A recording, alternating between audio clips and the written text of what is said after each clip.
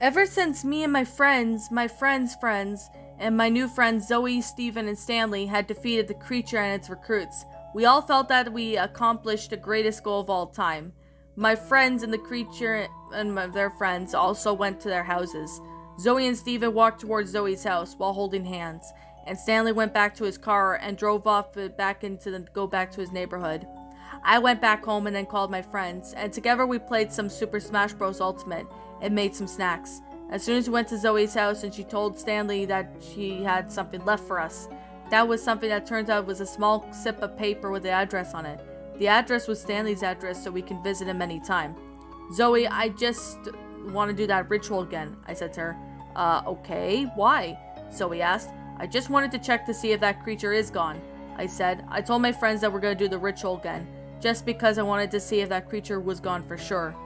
Zoe told us to stay at her house at midnight, so we agreed, and we printed out a picture with a Mont Saint Michel, and then just give us a set of green Sharpies. Then she picked up the phone and called everyone, and pretty soon Stanley and Steven had burst through the door with some weapons, just in case if the creature and its recruits came back after we do this ritual. We made us some snacks and drinks, and while Zoe popped a movie into her TV, we watched the movie and wrote the word Kero Dragon 5 times on the back on Mont Saint Michel paper. We chanted the phrase out at least 10 times and waited. I looked out of the window while Steven and Stanley went around the house, looking for dragons. So far nothing happened, but then something smashed onto the floor upstairs. We went upstairs to see a genius friend on the floor. His glasses and lens were taken off the glasses. We were shocked as right next to him was a red, blue, and white hammer. I walked up towards the hammer and it turned out there was a note next to it. I picked it up and said, I have returned. I thought it was just a sick joke that somebody was playing to pull a prank on us, but the electricity was still working and there were no lightning bolts, nor ground shaking as we finished the chant. We decided all to go around to the house to see if any of the dragons had escaped from the underworld. My friends came up with nothing as we kept checking. Then we went back into my room, where my genius friend was, and the hammer was nowhere to be found. My genius friend got up and asked what happened, and what we told him when the hammer hit him, and we asked him about what he saw that he remembered before the hammer hit him. He told us that he was in the room, and he went downstairs towards the window where the hammer literally came crashing through the window and onto him. He did not know where the hammer had gone to. I looked at the window and realized that there was a huge hole in it, and then Stanley realized something. He realized that if the hammer had came back and smashed through the window, that must have meant that the creature and its recruits returned, seeking my revenge. I was so scared that I ran out of Zoe's house and back onto my own house. I kept thinking to myself about how the creature and its recruits returned from the underworld. Today, my friends and I called me and I needed to get to Stanley's house ASAP. Apparently, my friends Zoe and Steven had been called by Stanley to watch the news, and there I found out what was actually going on in the news. The news reporter said that people in France reported seeing sightings of dragons roaming around the streets. They were practically freaked out by this, and I told my friends that I had a brilliant idea. I told them that we should go to France and defeat those creatures for good. They seemed to like that, so he took some book and plane some tickets, and then go to France to defeat the creatures, to end their region terror, once and for all. And that, my little pretties, was the Kero Dragon Ritual Part 5, the end. A Kero Dragon creepypasta written by Affan Jamsari. Affan Jamsari, thank you so much for letting me read this story. Now, my final thoughts on this story. Well, I remember reading the rest of the Kero Dragon series. I think I got up to part 4 or something, and I didn't have time to get to part 5 of this until just recently. So I could definitely say this story was actually, pretty interesting, to be honest. This story actually had a pretty good title and pretty good interesting concept when it came to that.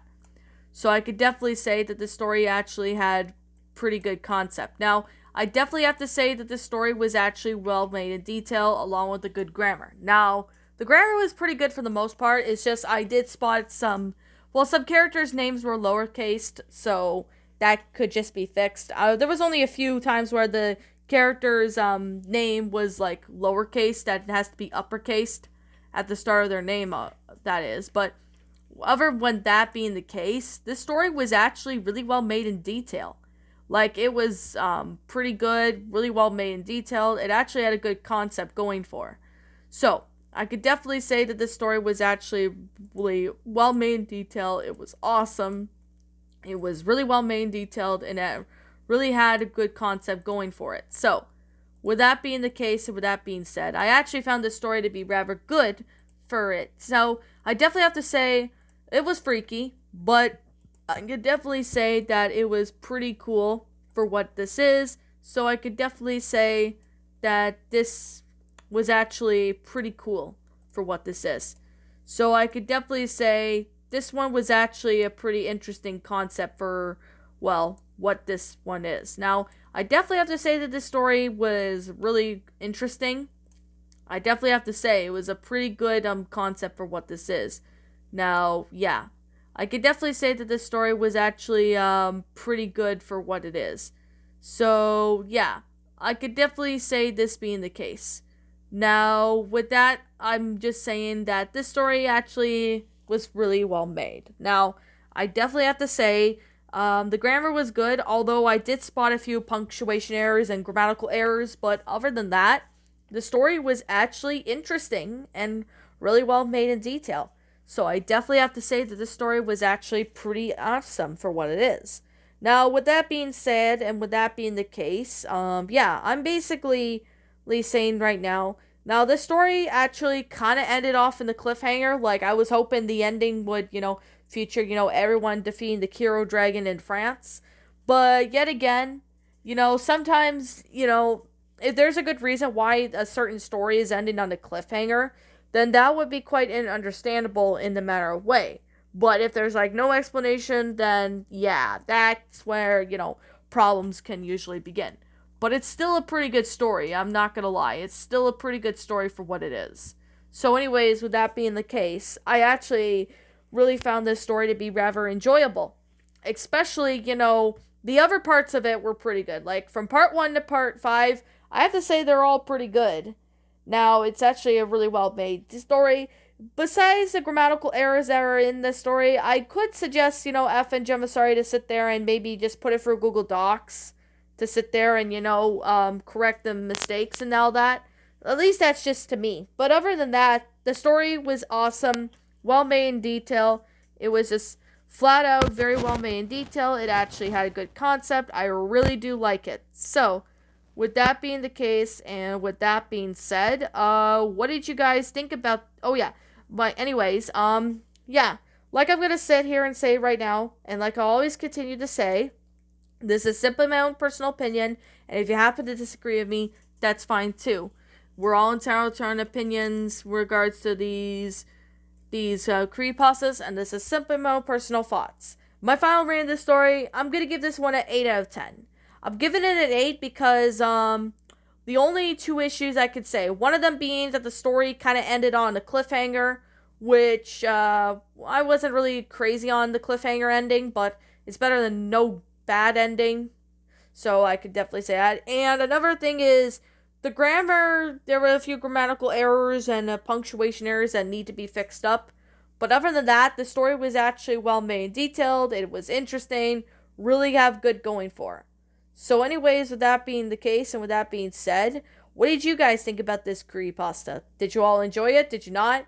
Also, what would you have done personally to help make this story a lot better? Leave me know what your thoughts are down in the comment section down below.